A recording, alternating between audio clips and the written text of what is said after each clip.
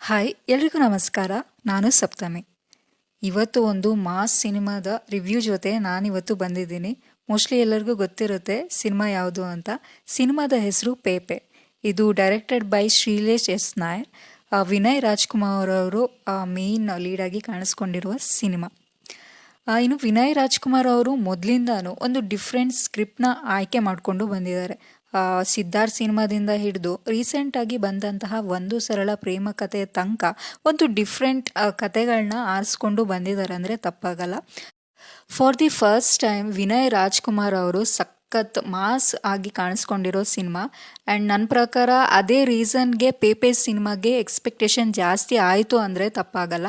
And ಸಿನಿಮಾದ ತಂಡ ಒಂದು ಪ್ರಾಮಿಸಿಂಗ್ ಟ್ರೇಲರ್ ಕೂಡ ಬಿಟ್ಟಿತ್ತು. ಟ್ರೇಲರ್ ನೋಡಿದ ಮೇಲಂತೂ ಸಿನಿಮಾ ಬಗ್ಗೆ ಎಲ್ಲರಿಗೂ ಎಕ್ಸ್ಪೆಕ್ಟೇಷನ್ ಜಾಸ್ತಿ ಆಗಿತ್ತು. ಆ್ಯಂಡ್ ವಿನಯ್ ರಾಜ್ಕುಮಾರ್ ಅವರು ಮೊದಲನೇ ಬಾರಿಗೆ ಒಂದು ಮಾಸ್ ಆಗಿ ಕಾಣಿಸ್ಕೊಂಡಿರುವ ಮೊದಲ ಸಿನಿಮಾ ಪೇಪೆ ಅಂದರೆ ನಿಜವಾಗ್ಲೂ ತಪ್ಪಾಗಲ್ಲ. ಇನ್ನು ಸಿನಿಮಾದ ಒನ್ ಲೈನ್ ಕತೆ ಹೇಳೋದಾದರೆ, ಎರಡು ಪಂಗಡಗಳ ನಡುವೆ ನಡೆಯುವಂತಹ ಸ್ಕ್ರೀನ್ ಪ್ಲೇ.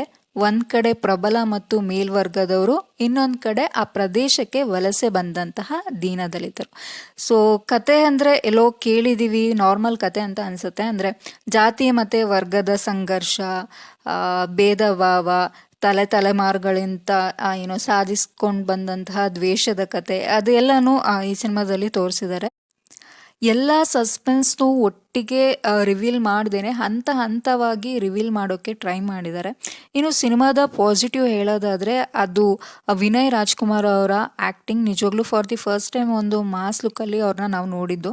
ಸೊ ಅವರ ಪ್ರೀವಿಯಸ್ ಸಿನಿಮಾದಲ್ಲಿ ಅಂದರೆ ಇವಾಗ ಒಂದು ಸರಳ ಪ್ರೇಮ ಕಥೆ ಅಂತ ತಗೊಂಡ್ರೆ ಒಂದು ಲವರ್ ಬಾಯ್ ಥರ ಒಂದು ಇನ್ನೋಸೆಂಟ್ ಕ್ಯಾರೆಕ್ಟರ್ನ ಪ್ಲೇ ಮಾಡಿದ್ದಾರೆ. ನಾವು ಆ ಥರ ನೋಡಿದ್ವಿ ಅವ್ರನ್ನ. ಬಟ್ ಇದರಲ್ಲಿ ಎಂಟೈರ್ಲಿ ಡಿಫ್ರೆಂಟ್ ಒಂದು ಮಾಸ್ ಲುಕ್ಕಲ್ಲಿ ಕಾಣಿಸ್ಕೋತಾರೆ. ಸೊ ಅದು ಒಂಥರ ಪ್ಲಸ್ ಪಾಯಿಂಟ್ ಅಂತಲೇ ಹೇಳ್ಬೋದು. ಆ್ಯಂಡ್ ಪೂರ್ಣಚಂದ್ರ ತೇಜಸ್ವಿ ಅವರ BGM ನಿಜವಾಗ್ಲೂ ತುಂಬ ಚೆನ್ನಾಗಿದೆ. ಕೆಲವೊಂದು ಸೀನ್ಸ್ನ ನಿಜವಾಗ್ಲೂ ಎಲಿವೇಟ್ ಮಾಡುತ್ತೆ. ಇನ್ನು ಟೆಕ್ನಿಕಲ್ ವೈಸ್ ಹೇಳೋದಾದರೆ ಡೈರೆಕ್ಟರ್ ಅವರ ಎಲ್ಲ ಟ್ಯಾಲೆಂಟ್ ಆ್ಯಂಡ್ ಕ್ರಿಯೇಟಿವಿಟಿನ ಆಚೆ ಹಾಕಿದ್ದಾರೆ ಅಂತ ಹೇಳ್ಬೋದು. ಟೆಕ್ನಿಕಲ್ ವೈಸ್ ನಿಜವಾಗ್ಲೂ ಅಪ್ರಿಷಿಯೇಟ್ ಮಾಡಲೇಬೇಕು.